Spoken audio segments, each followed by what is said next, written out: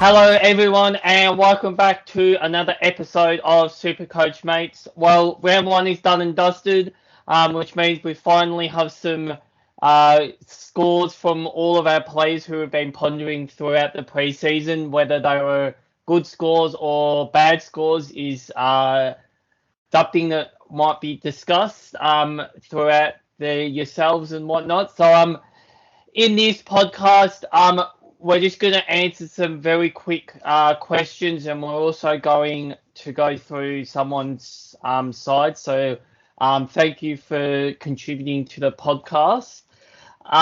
So the first topic of discussion. So Thomas, so what are some options for Tom Stewart? So obviously we know Tom Stewart's out for about roughly a month with that grade 2 medial ligament injury. Is there anyone who's sort of screaming off the page as an ideal replacement for Stewart, or is it more a case of just pick the best player that you can, basically? Where are you leaning towards here? Probably two schools of thought, really. You've got, obviously, if you're not a Tom Stewart owner, ignore this part. But I guess Tom Stewart being pretty popularly owned. What's he priced at, like 620?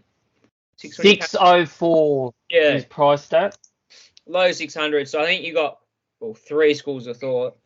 One being that you trade directly to a like for like. So obviously very similarly priced. Someone like a Sicily probably was the most impressive out of that bunch. You maybe pay a little bit more, but he's definitely worthwhile, I think, with his ability to score naturally. The other option is save yourself 100k and go down to the 500k option. So obviously the two standing out are Dacos and Ridley. Obviously we've spoken a little bit about Ridley. I've got him in my side and quite enjoying him at the moment. Plays that +1 defender role, what he used to, and he's scoring quite easily, which is great to see.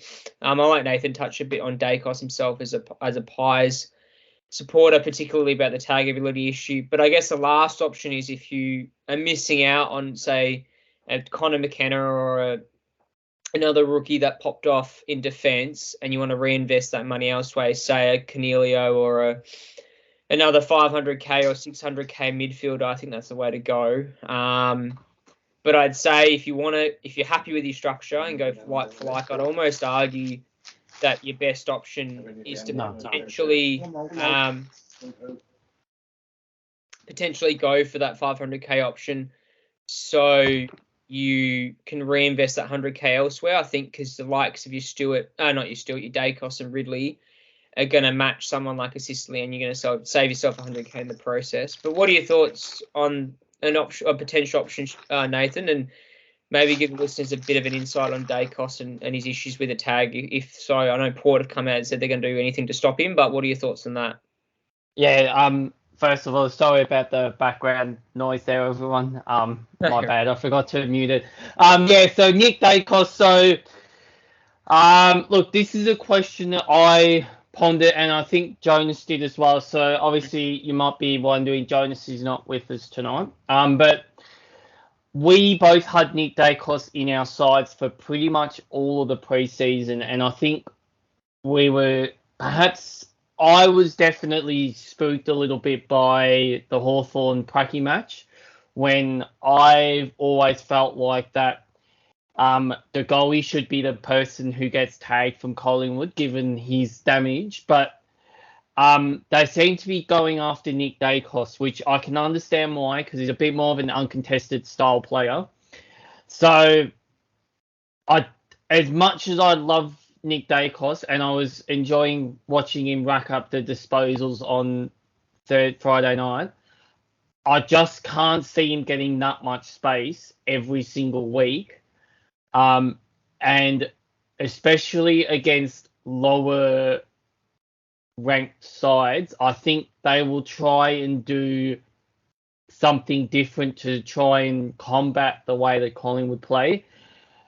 So I think Port Adelaide are in the next sort of group down from where Collingwood are, at least based on, I know that they had a very impressive round 1 win, and taking nothing away from Port Adelaide. So I think I would be staggered if Nick Dacos wasn't tagged this week. So I think if you're going to pick him, I think you just have to accept that if he gets tagged, he's going to probably only score 60 or 70. And if he gets let off the chain like he did against Geelong, well, he's going to score 130. So I think I would lean away from him just for that reason, because I don't think come the finals, SuperCoach finals, you can trust him to score 120, which is what you need in a final. So I would probably steer towards a Dawson or a Doherty or someone like that as a light type. But I have to say I was quite impressed with Jordan Ridley. I just did see him rack up intercept marks, but the only thing about that is he was playing against Hawthorn. So yeah, I don't know how much that can be taken into it. So I think we'll get a better read on him this week when I play Gold Coast. So yeah, that's my thoughts on Nick Dacos. So so I think in terms of actually answering the question, I think if you can go to Sicily or Doherty or someone like that, I think they're probably the safest bet. I probably wouldn't be going all the way down to a rookie unless you were very, very confident that they could replicate a premium like scoring. I think that's too risky, but that's just me. So anyway, moving on to the next slide. So best options for Josh Kelly. So obviously Josh Kelly's going to miss a week with concussion. I've actually got an option on here that might not actually, some people, I know Jonas is actually doing this with Josh Kelly, but what are we doing with Josh Kelly here, Thomas? I have a feeling I know what you're going to say, but I'll leave that for you to talk about in a bit more detail. But I guess the three we've got on screen are you kind of A, B, C, whether you keep looking at someone of a similar mold or similar price, like LD, or do you go up from there? I think it's probably a little bit too risky to reinvest elsewhere and go a 300k player just because Kelly's your premium. Someone like an LDU, so a similar price, is definitely worthwhile to look at and probably not a bad differential. However, he did play a pretty average West Coast side and went nuts, and whether he can do that on a consistent basis is yet to be seen. But I think the option here, if you had the money, would probably ideally be to go up from here. The two standouts, I think, from that 600k batch, which went pretty shit on the weekend, I'd say probably McRae and Miller were my two picks of the bunch. Miller obviously had his hamstring concerns, but definitely didn't show them when he played. And, he's so capable of, regardless of how bad Gold Coast are going, hit as well. And he showed that on the weekend, scoring, I think, 113 or whatever. McRae's an interesting one because obviously, he's benefited from the Dunkley departure. Obviously, the Dogs did not look great at all on the weekend against the D's. They got smashed, but McRae seems to have locked up a midfield spot pretty consistently rather than getting pushed all over the place like he did last year. And he plays the Saints, our boys, who are prone to, well, I would have said prone, but to be fair, Brayshaw and Brody didn't score too great, but obviously the Dogs are very capable of scoring. Having said that, it'd be interesting to see if when Windhager he's coming back this Saturday against the Dogs, whether he's deployed as a tagger or not is yet to be seen. But I'd say ideally, if you've got Kelly, you've got him as a top end primo. I would only go up from there, I think. I'd rather, be, obviously with Kelly being a hospital case, I'd rather just forget about him and kind of lock in a more premium option. So the likes of your Millers and whatnot are probably the safer option. What are your thoughts, Nathan, on obviously what you think might be a bit of a differential? Yeah, so I've spoken with our colleague Jonas, and he is actually holding Josh Kelly this week, last time I spoke with him, which is another option, which I think, given the fact that he's only missing 1 week, I think you can afford to hold him. given the fact that no one else who you pick is going to change in price as well, which gives you a second look at these other players to see if there's one that stands out. Like for example, LDU. LDU scored really well on the record, scored 143, but it was against West Coast. So, like, if you trade out Kelly for LDU now, you're hoping that LDU will be a top 8 midfielder. And if he gets a 60 this week and gets, I don't know if Fremantle are going to sit on him or do something, but if they can nullify his influence and, he only gets a 60 odd, well then basically all you've done is you've just wasted a trade on Kelly to get in Davies Uniacke, who's going to have that 60 in his scoring cycle for another 2 weeks. And by the time Josh Kelly's back, he might even start falling in price. So that's always the risk with trading out and in round 1, is that the players' prices don't change for another week. So my general rule of thumb is to avoid trading this week if you can, for that simple reason, because you don't know what you're going to do. And there might be another topic we talk about here, but if you jump on someone and they falter in the second week, then you've basically wasted a trade. So I am a strong advocate that if you can afford to hold these high-end players, you hold them. Because they don't grow on trees. Like, Josh Kelly is on his day a very damaging player and a very, very good SuperCoach player. So you would have to do a lot to trade him out. So in my position, if I had Josh Kelly, I would be holding this week. Yeah, no, it's a fair call. Moving on. So best trade in for 300k midfielders. So a couple of these guys took off on the weekend. So Warpool, I don't even know who that one on the left is there. The Essendon. Setterfield. Setterfield, sorry. Sorry, Will. So there's obviously a few options around this mark. Which one of these guys would you be trading in, Thomas? And perhaps just give a short reason why. It's interesting because if you picked a bunch of 300k midfielders round 1, you'd be laughing because they all scored pretty well. Even Hopper, who was one of the bad scorers who is popularly owned, he's one that, scored okay as well. He's one that we wouldn't recommend bringing in just because of, I think, his issues with his scoring potential, a little bit risky, and he seemed a bit lost on Thursday night, but that could just be a bit of first round blues. I'll be tossing up, and we mentioned this in the previous podcast, I'll be probably tossing up between Setterfield and Warple. Setterfield more so than Warple. I think Warple is going to get his scoring, but consistently high enough is another issue altogether, because his disposal efficiency is to be desired for, and he's one that butchers the ball a fair bit, similar to Taranto. So he's one that I guess you pay for consistency's sake. He's not bad, but like you got to look at the sample size that he played. He played against the Dons, who an easier team to score against than most, and considering how much they struggled with against Essendon, who knows how badly they'll go against a team like Brisbane or Sydney or whatever.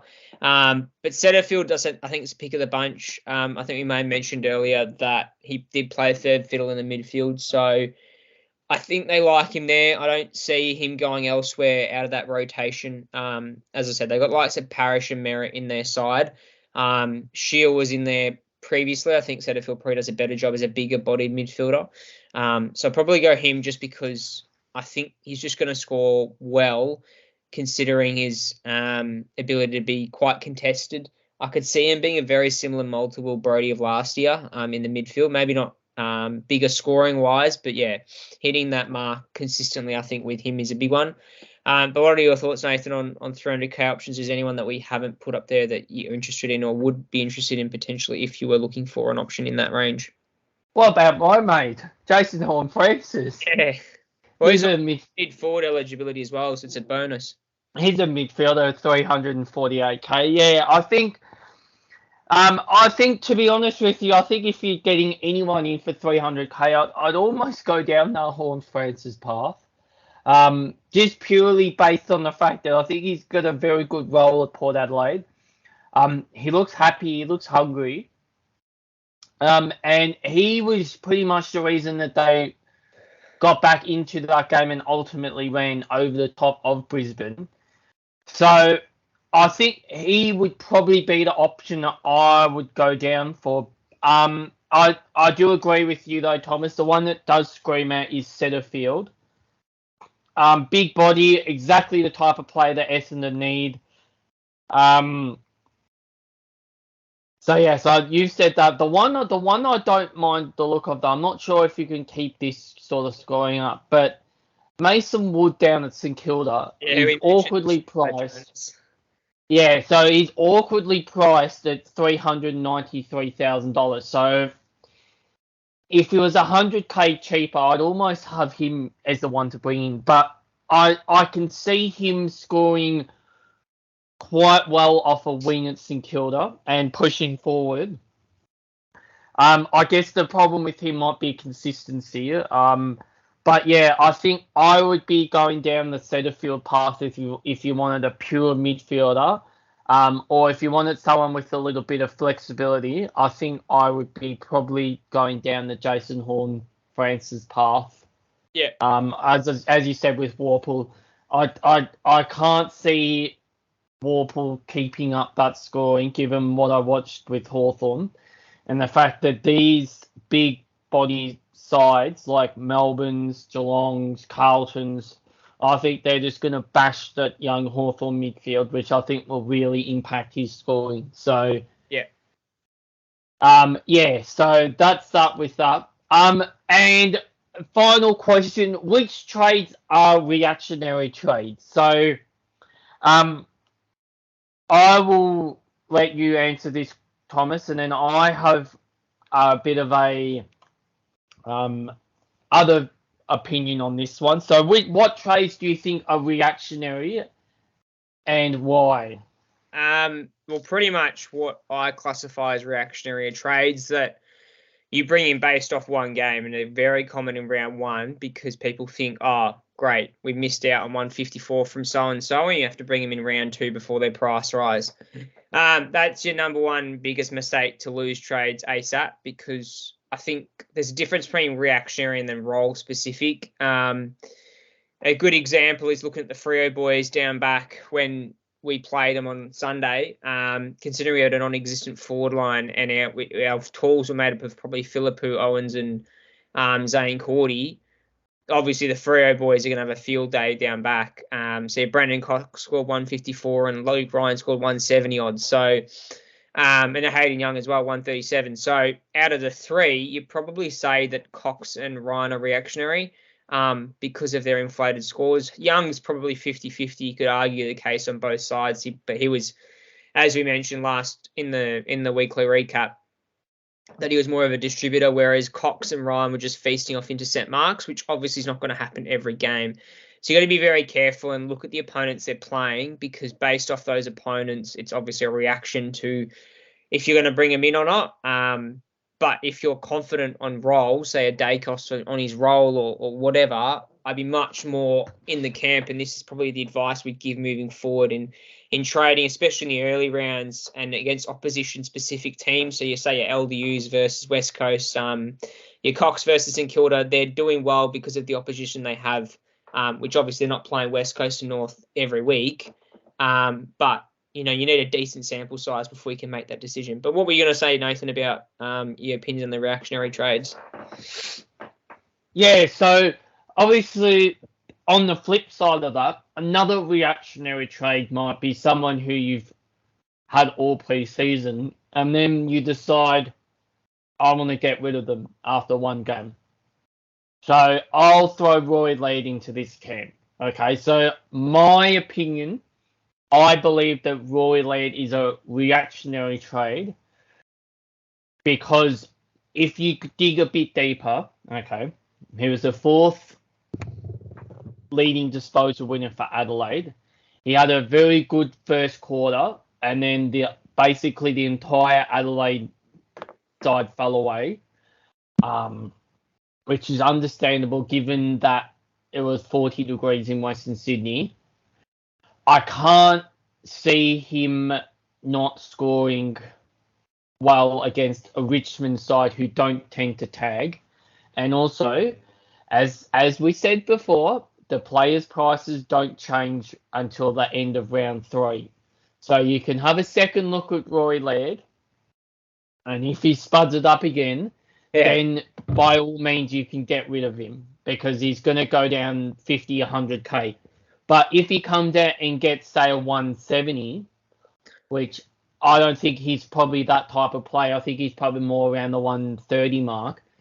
And then you decide to trade him out now and jump on, say, a Jordan De Goey, who's, yes, was mighty impressive and scored 130, but I don't think he's going to be doing that every week. I just think that you're leaving yourself very, very risky with your trade situation because you've only got 36 of them. And if you go around and what I would say is waste trades to jump on players who scored well, then you will find that come round 19, round 20, someone's going to get injured, someone's going to get rested. Ross Lyon's back in coaching late. He hates SuperCoach. He will probably rest someone in round 21, maybe a Jack Sinclair or someone like that.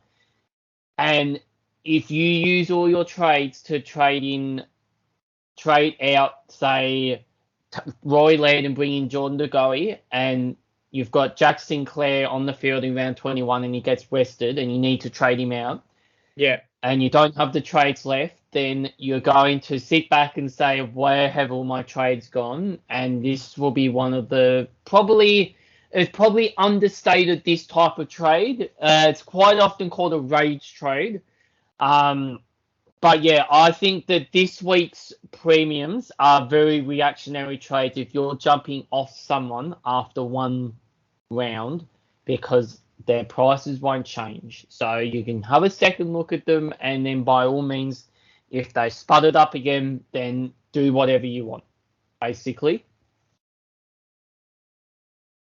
100% agree with you. I mean, Laird's, I guess, you could probably argue playing devil's advocate here that, it could be make or break trade for a lot of people, especially, looking to the future if he spuds up. But as Nathan rightly pointed out, you should be careful with, especially in these next 2 weeks or this week and next week in particular with trades, that you aren't too rage trading reactionary because obviously prices don't change. And as soon as they change, it can be left a little bit too late if you've stuffed that up in previous weeks. But that's what we've got time for today. We've tried to kept it nice and concise for you guys. So we're now going to move on to our Patreon only subscribers Q&A, where I think a couple of you have, one or two of you have sent through your teams for a bit of analysis. So if you want to go down that route and have your team specifically analysed, as we are going to do after recording this, feel free to donate and subscribe to any tier. For the team reviews, it's that top tier, so $7, including GST, to subscribe, and we really appreciate it if you feel free and you desire that. As any support is greatly appreciated, so we can keep developing our content and channel. But for now, hopefully, good luck to you guys for round 2. I know Jack Bowes got selected tonight. Yes, so you did.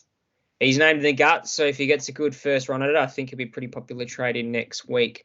But until then, good luck for round 2, and we'll catch you on the flip side for the round 2 weekly recap.